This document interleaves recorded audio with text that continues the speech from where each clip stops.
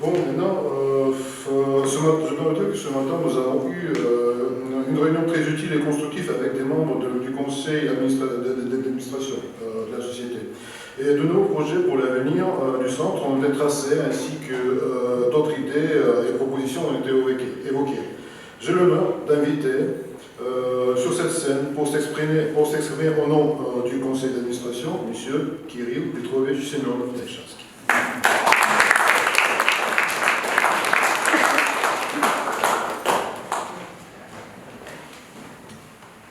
Alors, je vous remercie.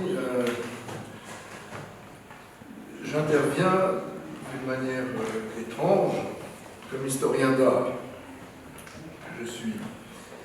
Je n'ai pas directement de formation en géographie, mais bon, mon père était géologue paléontologiste et la géographie, en fait, a toujours eu un point central, un point nodal dans notre famille et dans mon éducation. L'histoire de l'art peut aborder l'étude d'une œuvre de plusieurs façons différentes, sous les divers aspects inhérents à l'œuvre elle-même.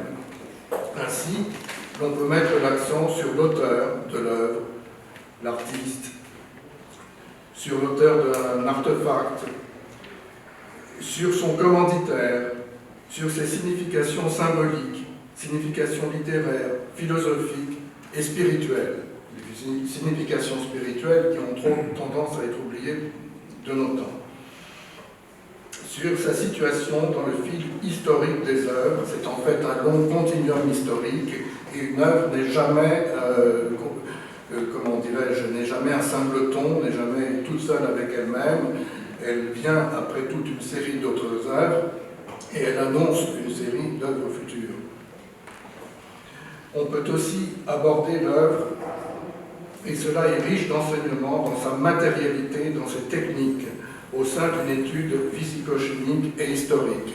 Cette matérialité est absolument fondamentale, elle a trop tendance à être oubliée par pertes et profits dans l'historiographie, dans l'histoire de l'art officiel. Or, aucune de ces approches ne saurait être exclusive des autres. Chacune apporte sa pierre à l'édifice d'une compréhension objective globale, c'est-à-dire d'une compréhension scientifique de l'objet en question. Et l'objet de l'histoire de l'art, l'objet géographique, ne peut jamais être vu indépendamment du lieu qu'il a vu naître, sans passer à côté de l'essentiel. Donc tout objet, par exemple un retable, un tableau d'hôtel dans une église, il est lié à l'église, il est lié à un commanditaire, il est lié à une matérialité, à une technique. C'est un ensemble qui est déterminé avant tout par la géographie. On retrouve aussi en géographie des approches préférentielles, de Vidal de la Blache jusqu'à nos jours. Alors ces approches sont plutôt la géographie physique ou la géographie humaine, l'influence du naturalisme, l'influence de la sociologie après la dernière guerre mondiale, de l'histoire des idées, ont donné chacune des colorations trop souvent exclusivistes aux études géographiques.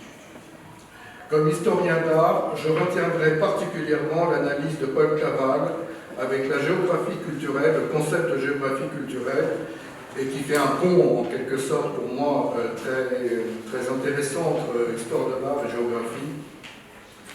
Et Paul Claval dans son approche polymorphe, qui est une attention nouvelle portée au lieu étudié.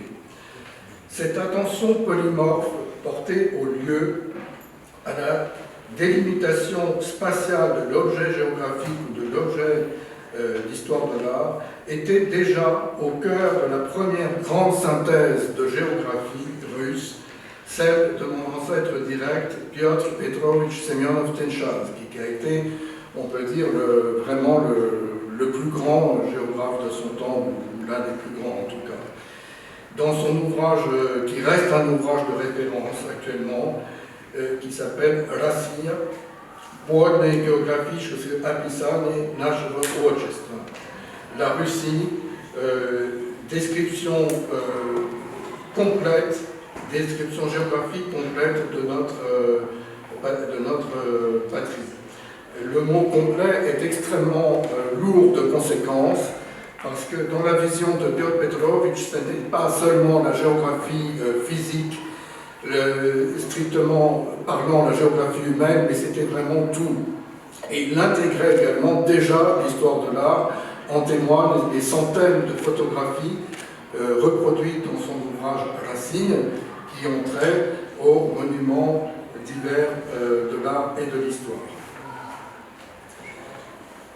Je formule personnellement le vœu que la Société de géographie russe en France soutiendra ce regard riche, non exclusiviste et sans formalisme sur les lieux oubliés d'une certaine géographie officielle.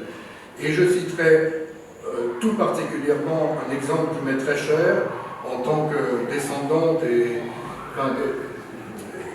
émigrés russes, une géographie de l'émigration russe en France et en Europe occidentale. Et ça, c'est absolument fondamental parce que nous avons l'immense chance d'avoir des quantités de trésors à nos pieds ou vraiment non loin de nous, qui ne sont pratiquement pas étudiés, qui sont laissés à l'abandon et qui sont en cours, pour une partie d'entre eux, de destruction. Et je formule donc le vœu que cette Société de géographie russe en France apporte tous ces ancrages géographiques peu étudiés jusqu'à nos jours. Je vous remercie de votre attention.